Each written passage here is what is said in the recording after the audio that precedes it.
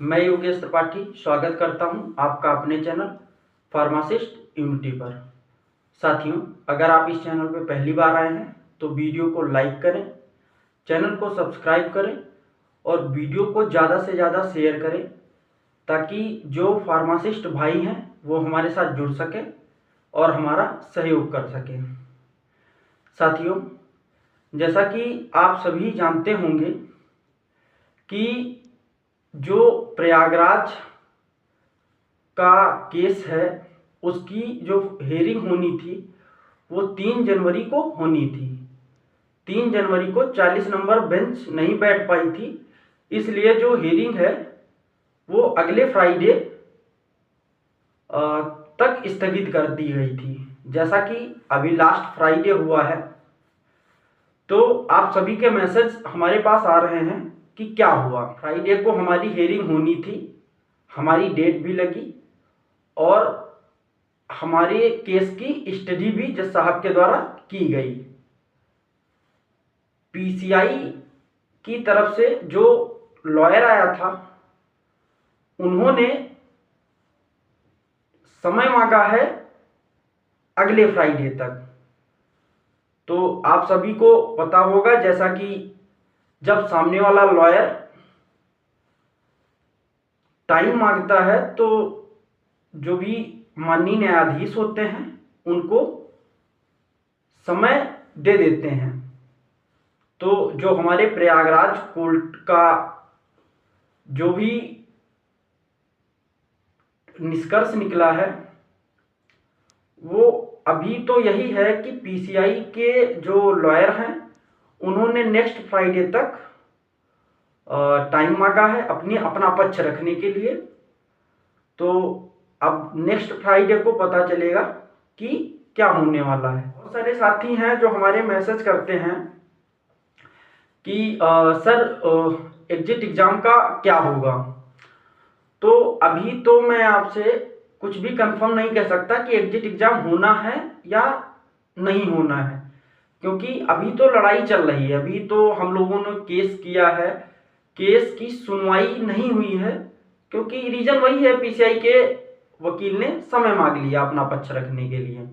बाकी देखते हैं, हम लोग लड़ाई जारी रखे हैं, लड़ रहे हैं बराबर। ठीक है, अगर जरूरत पड़ेगी, जैसा आप लोग डिसीजन लेंगे सब लोग मिलके, उस हिसाब से जो भी आगे का प्रोसेस होगा वो हमारे द्वारा किया जाएगा आप सबकी सहमति से।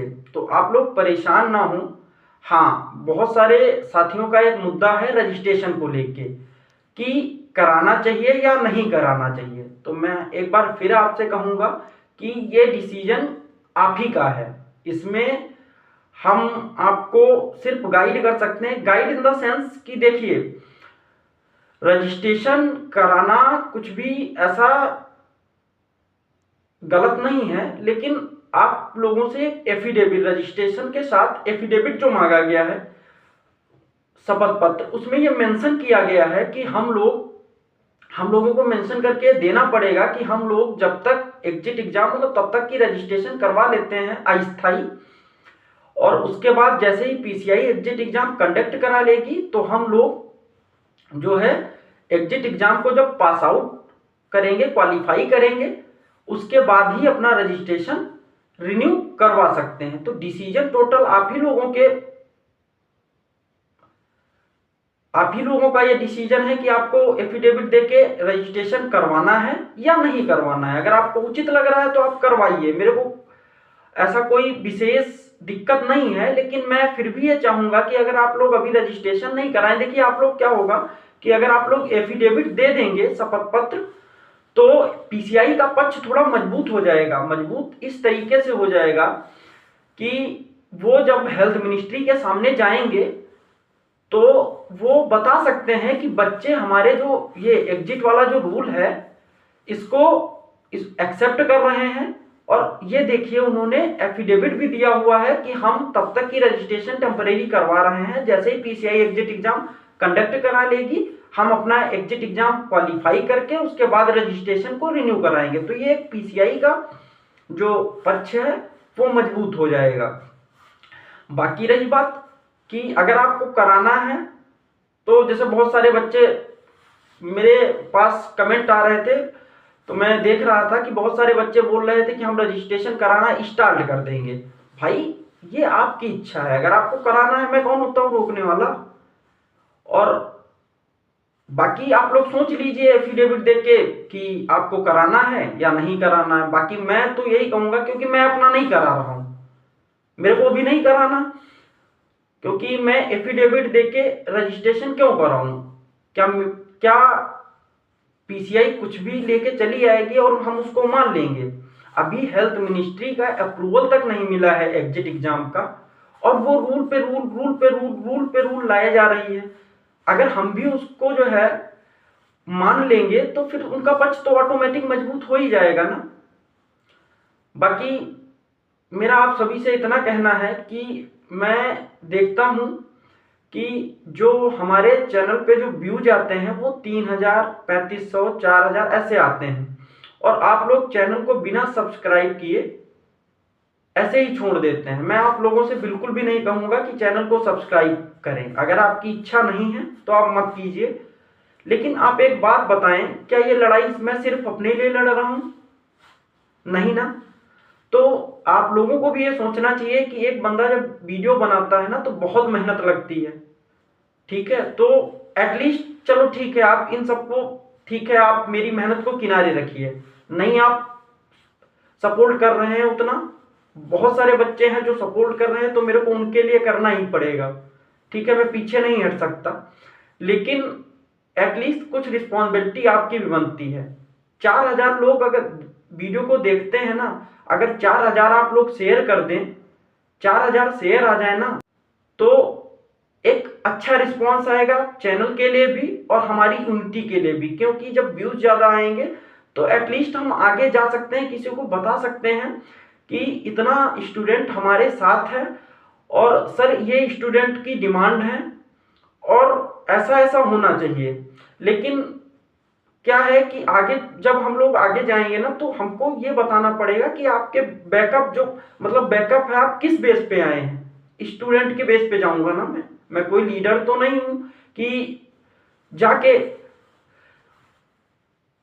हेल्थ मिनिस्टर से मिल लिया या मुख्यमंत्री से मिल लिया, सर ऐसा ऐसा होना है, ये गलत हो रहा है, गलत तरीके से एग्जाम हो रहा है। मेरे अकेले कहने से नहीं वो लोग मानेंगे ना, इसके लिए आप लोगों को ही सपोर्ट करना पड़ेगा। बाकी बहुत सारे साथियों के ये कमेंट आते हैं कि सर हमें क्या करना चाहिए, हमारे साथ गलत हो रहा है। तो गलत तो हो रहा है, इसमें कोई डाउट नहीं है कि डी फार्मा जो 2024 के पास आउट बच्चे हैं उनके साथ गलत हो रहा है, और हो नहीं रहा है, ये किया जा रहा है पीसीआई के द्वारा। इसके लिए गवर्नमेंट को मैं रिस्पॉन्सिबल नहीं ठहराता हूं, उसका मेरा अपना एक रीजन है।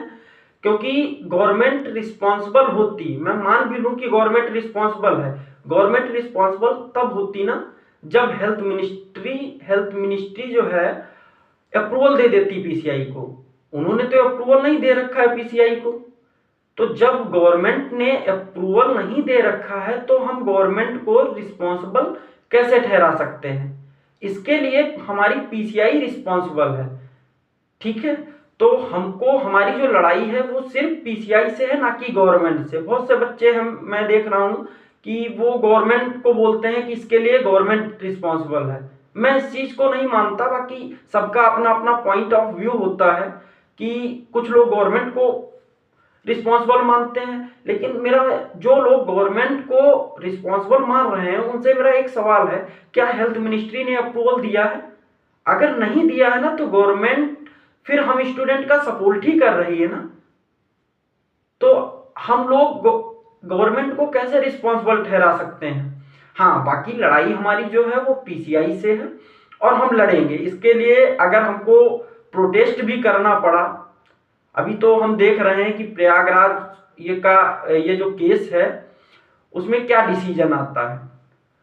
एक बार उसका डिसीजन आ जाए, उसके बाद आप सबकी जैसी सहमत होगी, जो भी आपकी विचारधारा होगी कि आगे क्या करना है, हम सब मिलकर एक साथ एक डिसीजन लेंगे और उसको फॉलो करेंगे। डी फार्मा के एग्जाम दिए लगभग 7 महीने हो गया है, और आपको पता है कि 7 महीने में अगर 7 महीने से हम लोग उस चीज़ की स्टडी नहीं कर रहे हैं तो हम लोगों को बहुत दिक्कत होगी एग्ज़ाम को क्वालिफाई करने में। तो इस वजह से अगर यही चीज़ पीसीआई जो है पहले क्लियर कर देती या एग्ज़ाम करवा लेती, एटलीस्ट दिसंबर तक करवा लेती, तो फिर भी कुछ हद तक मैं ये मानता हूँ कि ठीक था कि बच्चे दे देते। लेकिन अभी बच्चों को पढ़ाई से थोड़ा सा बच्चे पढ़ाई से दूर हो गए हैं। दूर इन द सेंस कि वो डी फार्मा उन्होंने पास आउट किया, उसके बाद सबको ट्रेनिंग करनी थी, क्योंकि ये रूल ही है कि हम लोगों को 3 महीने ट्रेनिंग करनी पड़ेगी। तो उस वजह से हम लोग अपना पास आउट करने के बाद अपनी ट्रेनिंग में लग गए। अब हम लोगों की ट्रेनिंग कंप्लीट हो पाई है, तो अब रजिस्ट्रेशन मान लो अब लेके आई है पीसीआई की 1 साल का करवा सकते हैं। तो बहुत सारे बच्चे इसी चीज़ में फंसे हैं कि टेम्परेरी रजिस्ट्रेशन है। मान लो कल को हमने रजिस्ट्रेशन करवा लिया, उसके बाद कि मान लो एग्जिट नहीं निकला, मान लो कोई बच्चा, अगर किसी बच्चे की गवर्नमेंट जॉब लग जाती है या प्राइवेट वो कहीं पे जॉब करने लगता है, तो रजिस्ट्रेशन तो हमारे पास एज अ फार्मासिस्ट सिर्फ 1 ही ईयर का रहेगा ना। उसके बाद अगर मान लो हम लोग एग्जिट को क्वालिफाई नहीं कर पाते हैं तो उस केस में तो हमारी जॉब चली जाएगी। या मान लो कि ठीक है हम लाइसेंस बनवा के कहीं बिजनेस करते हैं अपनी सारी पूंजी, क्योंकि हम लोग मिडिल क्लास फैमिली से आते हैं और हम लोगों के पास इतना नहीं है कि 4-5 लाख बिजनेस में लगा दें, उसके बाद 1 साल तक उसका इंतजार करें और 1 साल बैठ के कि पढ़ाई करें, एग्जाम क्वालिफाई करें। अगर नहीं निकला 1 साल के बाद, तो उसके बाद मान लो 6 महीने का भी समय लग गया ना, तो जो भी हमारा बिजनेस प्रोसीजर होगा, जो भी कस्टमर होंगे हमारे, वो ऑटोमेटिक दूर चले जाएंगे। क्योंकि जब 6 महीने तक एक बिजनेस 6 महीने अगर कोई बंद करता है ना, तो उसका इम्पैक्ट सीधा सीधा बच्चों पे, बच्चों नहीं, एक बिजनेसमैन पे आता है। क्योंकि लोग ये समझते हैं ना कि ये तो इसका जब मन करेगा ये बिजनेस करेगा, जब मन करेगा नहीं करेगा। तो बहुत सारी चीजें हैं और मैं उम्मीद करता हूं कि पीसीआई और हमारी गवर्नमेंट इस बात को समझेगी, बच्चों का दर्द भी समझेगी। क्योंकि हम युवा हैं और इस देश की सबसे मजबूत कड़ी है। क्योंकि मेरा अपना ये मानना है कि जो युवा होते हैं ना, वो एक देश को बनाने का काम करते हैं, ठीक है। तो आप लोग धैर्य मत खोइए, थोड़ा सा सब्र रखिए। हाँ, लड़ाई जारी है, एक बार आने दीजिए कोर्ट का डिसीजन, पीसीआई को अपना पक्ष रखने दीजिए, फिर हमारा लॉयर जो होगा ना वो अपना एंड रखेगा। उसके बाद माननीय जो न्यायाधीश होंगे वो अपना फैसला देंगे। तो आप लोग परेशान ना होए, पर फैसला आने दीजिए। बाकी आगे क्या करना है क्या नहीं, आप सबकी जैसी सहमत होगी वैसा किया जाएगा। साथियों, एक जरूरी बात है कि कृपया करके ना, आप सब्सक्राइब नहीं करते हैं चैनल को, मुझे बुरा नहीं लगता है, लेकिन एटलीस्ट आप वीडियो को ज़्यादा से ज़्यादा शेयर करें। क्योंकि मेरा मानना यह है कि जितने ज़्यादा लोगों तक ये वीडियो पहुंचेगा और जितने ज़्यादा फार्मासिस्ट हमसे जुड़ेंगे, उतनी ही हमारी लड़ाई मजबूत होगी।